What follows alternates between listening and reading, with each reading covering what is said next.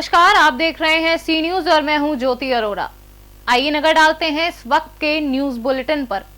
Aligarh railway सुरक्षा बल स्थापना सप्ताह के अवसर पर रेलवे सुरक्षा बल बैरक में स्टाफ के द्वारा साफ सफाई की गई एवं बड़े खाने का आयोजन किया गया, जिसमें रेलवे सुरक्षा बल स्टाफ एवं अलीगढ़ परिक्षेत्र के सेवानिवृत्त रेल सुरक्षा स्टाफ को आमंत्रित किया गया। सेवानिवृत्त सदस्यों का सहायक सुरक्षा आयुक्त एवं प्रभारी निरीक्षक अलीगढ़ CIB HRS द्वारा साफा पहनाकर पुष्प देकर स्वागत व सम्मानित किया गया।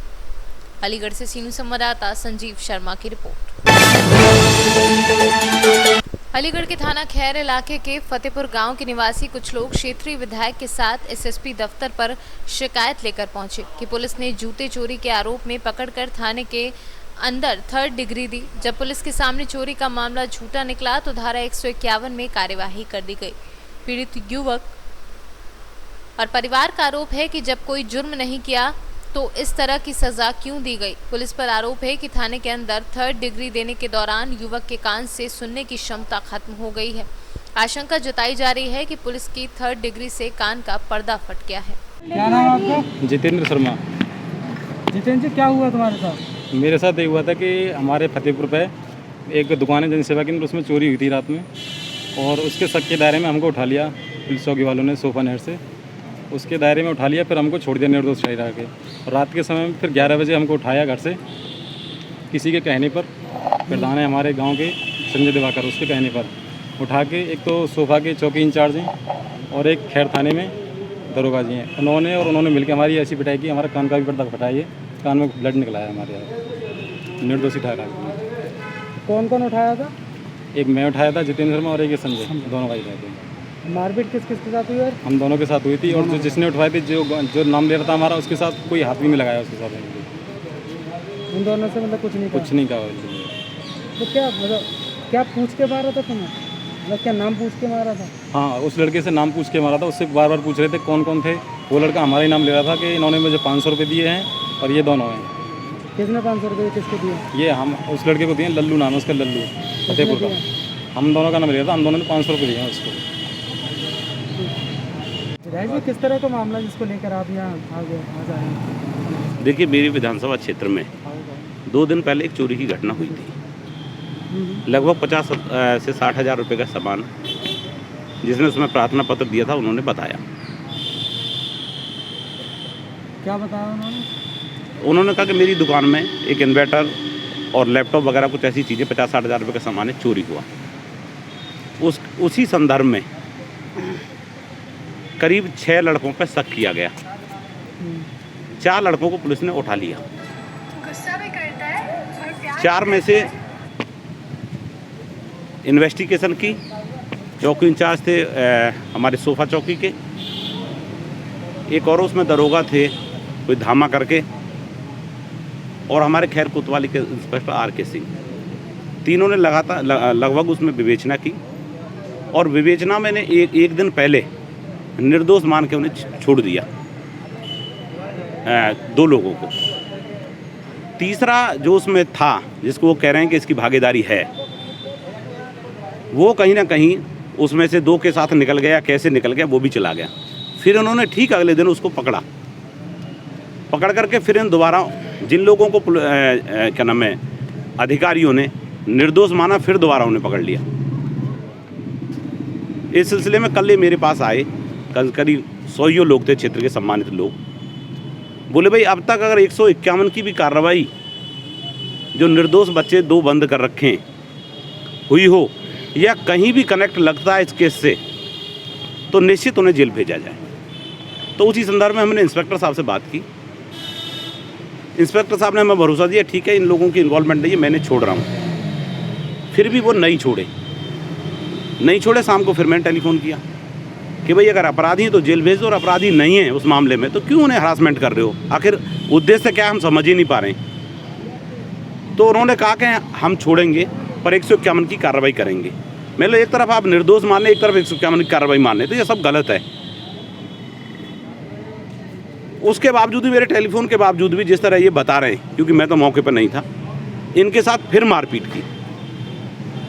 की। मुझे भी क्योंकि जनता की मेहरबानी से मेरे जैसे लोग वहाँ तक इस पहुँचे। तरह के परिवार वाले आरोप लगा रहे हैं कि 4 लड़के थे, 4 में से कि 2 इनके थे जो ब्राह्मण समाज के हैं। उनके साथ हैरेसमेंट किया गया, मारपीट की गई थाने के अंदर, और 2 अन्य जो है गैर समुदाय के, उनके द्वारा जो आरोप लगाया गया है। देखिए, जिस तरह का रवैया है, बिल्कुल मैं समाज, धर्म, मजहब की बात नहीं कर रहा, पर जो अपराधी है उसे तो हम इस तरह का पनाह दे रहे हैं। मैंने स्वयं देखा, रात को मैं 1 बजे करीब 12:30 बजे कोतवाली पहुंचा, जबकि मेरा स्वास्थ्य भी ठीक नहीं था। फिर भी मैं सत्यता को जानने, क्योंकि जब तक हम नीचे नहीं पहुंचेंगे सत्यता सामने नहीं आती, तो मैं वहाँ लगभग 10:30-11 बजे पहुंचा और रात को 1 बजे तक मैं कोतवाली में वहाँ रहा। मैं भाई सच्चाई क्या हो, सच्चाई को सामने लाओ। मारपीट का पता चला? हाँ, बिल्कुल मारपीट की है। एक का तो कान का पर्दा फट गया, जो बताया गया, इसका ब्लड भी निकल रहा है, और दूसरे के मैं समझता हूँ कि उसके हाथ में फ्रैक्चर है, बिल्कुल भी हाथ मूवमेंट नहीं कर रहा। तो मैं उसी संदर्भ में आया। कल मेरी IG साहब से बात हुई, SSP साहब का स्वास्थ्य खराब था, तो उनके क्या नाम है, जो PR हूँ, उनसे मेरी बात हुई। क्राइम साहब से, SP क्राइम से बात हुई। CO थोड़ी देर बाद मौके पे ही पहुँच के मेरे बाद, तो लगभग सभी अधिकारियों के संज्ञान में। तो हमारी उसमें मांग है कि भाई अगर ये निर्दोष हैं तो पुलिस ने मारा क्यों, एक बात तो, और अगर दोषी हैं तो फिर छोड़ क्यों रहे हैं, हम जेल भेजो। दूसरा ये है कि जिन्होंने इनके साथ बर्बरता तरीके से मारपीट की है, उन्हें निश्चित, जो भी अधिकारी इसमें दोषी हैं, उनके खिलाफ हमने मुकदमे की मांग की है। इनके मेडिकल के लिए मैं आया हूँ कि भाई इनका मेडिकल कराओ, और निर्दोषों को जो मार मारी है उनके खिलाफ मुकदमा दर्ज हो। SPRA साहब से हमारी मुलाकात हुई है, क्राइम साहब से हुई है। उन्होंने पूर्ण आश्वासन दिया 6 बजे मैं IG अलीगढ़ मोडिया साहब से मिलूंगा। ऐसा नहीं, जो उच्च अधिकारी, उनका बहुत बड़ा सहयोग, उन्होंने कहा कि निश्चित कार्रवाई होगी और आज ही कार्रवाई दिखाई देगी। आप किस तरीके की कार्रवाई चाहते हैं? मेरा इसमें यह कहना है कि इस मानसिकता के अधिकारी, जो इतनी स्वच्छ छवि वाली सरकार है, और जो हम जैसे जनप्रतिनिधि जो कभी भी गलत कार्य के लिए नहीं बोलते, तो जो इस तरह का गलत अधिकारी कार्य कर रहे हैं, सरकार की बदनामी करा रहे हैं, ऐसे अधिकारियों पे, दोषी अधिकारियों पे मुकदमा दर्ज हो और उनके खिलाफ विभागीय कार्रवाई हो। ठीक है, बहुत बहुत धन्यवाद। एक मिनट, मेरा नाम अमीर शर्मा है। रामवीर से क्या हुआ, किस बात की शिकायत लेके आए? एक जनसेवा केंद्र है फतेहपुर पे, और मेरे लगा कर जनसेवा केंद्र राजपुर में। ये आपस में जो जनसेवा केंद्र वाला चिढ़ता था हमारे लड़के से, काम के चक्कर में। उसकी दुकान में कुमिल लगा है, उसने डायरेक्ट हमारे लड़के नाम लिया, पकड़वाया। पुलिस ने सक्या आधार पर उठाया और थाने बंद कर दिया। ना कोई FIR दर्ज करी, न कुछ भी। उनके हाथ पर तोड़ दिए सब। तो आपके बच्चों के साथ मारपीट की? हाँ जी, हमारे बच्चों के साथ मारपीट किया। जो दूसरे पर बच्चे थे और फतेहपुर के मामलन से, उनको नहीं नाम पिटाई की, न कुछ बात को गवाह बना लिए। वो कहते हैं जी हमें 500 दिए जब हमने ये कुमिल लगाया। विधायक जी के सामने कहा उन्होंने। अब कहाँ पर शिकायत करने आया? SSP साहब के यहाँ। क्या कहा है उन्होंने? और तो अंदर जी में आए नहीं निकलेंगे। क्या नाम है आपका? रामवीर लाल शर्मा। किस बात की शिकायत लेके आए हो, क्या मामला है? इस बात की शिकायत लेके आए, हमारे यहाँ एक कुमिल में चोरी हो गई थी, तो हमारे बच्चे ने का नाम लिया गया झूठा, और शक के आधार पर उठा ले। पुलिस ने इतनी मार मारी है उन्होंने, जाकर कोई ठिकाना नहीं है, बगैर FIR के। मामला क्या था पूरा बताओ? मामला ये था कि एक फतेहपुर गांव में एक जल सेवा केंद्र हो, उसमें कुमिल लगा के उसको वो बैटरा और वो सामान निकाल लिया था किसी। तो 2 हमारे गांव के, हमारे यहाँ बच्चे थे, 2 फतेहपुर के थे। तो फतेहपुर के जो करता है पुलिस ने वो गवाह बना लिए, और मतलब हमारे बच्चे ने पवा ने 500 रुपया एक प्रधान ने दिब्बा दिए राजपुर के, फतेहपुर के ने, कि तुम इनको नाम ले दो। उनको नाम हमारे को लिखवा दो, और उन्होंने माल लगाई है पुलिस ने। रात विधायक जी गए, जब 4 बच्चे निकाले तो वह लड़का ने कही वो पे तो प्रधान ने कि भाई नहीं, हमने कहा उन्हें चोरी ना करी। उसी मोमडन के ने जो पहले नाम ले रहे पुलिस में, वो फिर विधायक जी के सामने सत्य बोल गया। चारों के सामने मारपीट हुई? चारों के साथ मारपीट हुई है? नहीं, दोनों के भैया हमारे, इनके उनके नहीं भाई, वो तो मेहमान चुका है इन्होंने, पुलिस भाई ने कहे कि हमारे मेहमान है। कौन लड़के हैं जिनको नहीं मारा? वो मोमडन लड़के थे। हमारे कहाँ जो ब्राह्मण के लड़के थे, बताओ ना अपने जी। कौन सा थाना क्षेत्र का होगा? खैर थाना। अलीगढ़ से सीनू संवाददाता संजीव शर्मा की रिपोर्ट। अलीगढ़ में स्वास्थ्य विभाग की लापरवाही का मामला प्रकाश में आया है। एक 50 वर्षीय व्यक्ति की पंडित दीनदयाल उपाध्याय अस्पताल में कोविड-19 पॉजिटिव होने के बाद उपचार के दौरान मौत हो गई। लेकिन स्वास्थ्य विभाग द्वारा सुबह मृत हुए व्यक्ति को अभी जीवित घोषित करते हुए आज शाम 6:30 बजे मृत दशा रखा। मृतक का मृत्यु प्रमाण पत्र सोशल मीडिया पर वायरल होने के बाद खूब जगहसाई हो रही है। आपका त्रिभुवन प्रकाश। प्रकाश जी कहाँ रहते हो, कौन सी जगह? ज्वालापुरी, अलीगढ़। क्या हो गया था, कौन खत्म हुआ है आपके परिवार? ये हमारे भांजे हैं, इनका नाम देवदत्त है और ये 22 तारीख को हमने बरौन में एडमिट किया था इनको। तो वहाँ जब रिपोर्ट आई कोरोना पॉजिटिव थी जी, तो उसके बाद दीनदयाल में ट्रांसफ़र कर दिया इनको 24 को जी। तो 24 दीनदयाल में फिर एडमिट रहे, वहाँ इनका इलाज चला और आज 26 तारीख में सुबह 6:25 पर डेथ दिखाई है उन्होंने। अच्छा, अस्पताल से आपको बॉडी कितने बजे मिली? 8 बजे के लगभग। 8 बजे मिल गई थी। कोविड पेशेंट थे? हाँ, कोविड पेशेंट सर्टिफाइड हैं। उम्र कितनी रही होगी इनकी 50 के लगभग। आज कितनी तारीख है? आज 26/9/2020। कितने बजे खत्म हुए थे? टाइम लगभग 6:25 दिया है सुबह जी। और वो आपको बॉडी कितने बजे मिली? 8 बजे के लगभग सुबह ही दे दी थी। हाँ। मेरा नाम धर्मेंद्र कुमार शर्मा है धर्मेंद्र, कहाँ रहते हो? जी, मैं ज्वालापुरी में रहता हूँ। तो क्या मामला हुआ, क्या तरीके का हादसा हुआ है? ऐसा हुआ था, मेरे पिताजी बीमार हो गए थे और हमने उनको दीनदयाल हॉस्पिटल में एडमिट कराया था। उनकी रिपोर्ट पॉजिटिव आई थी तो वो एडमिट रहे थे। एडमिट रहने के दौरान उनको जो है हालत सीरियस हुई और उनकी जो है 26 तारीख 9 महीना 2020 में उनका एक्सपायर हो गया। कितने बजे एक्सपायर हुआ, टाइम क्या रहा होगा? उनका सुबह 8 बजे, हम 6:25 पर उनकी तो डेथ हो गई थी और 8 बजे करीब हमको सूचित कर दिया गया था। 8 बजे? जी, फिर हमने उनको दाह संस्कार कर दिया। कोरोना गाइडलाइन की करते हुए? बिल्कुल। उन्होंने जैसे गाइडलाइन जारी की थी हमने उसी दौरान उसी को फॉलो करते हुए उनको दाह संस्कार कर दिया। खत्म कितने बजे हो गए थे? तो सुबह 6 बजे बता रहे थे। और अस्पताल से बॉडी आपको कितने बजे मिली? 8 बजे मिल गई थी। सुबह ही मिल गई थी? जी, सुबह मिल गई थी।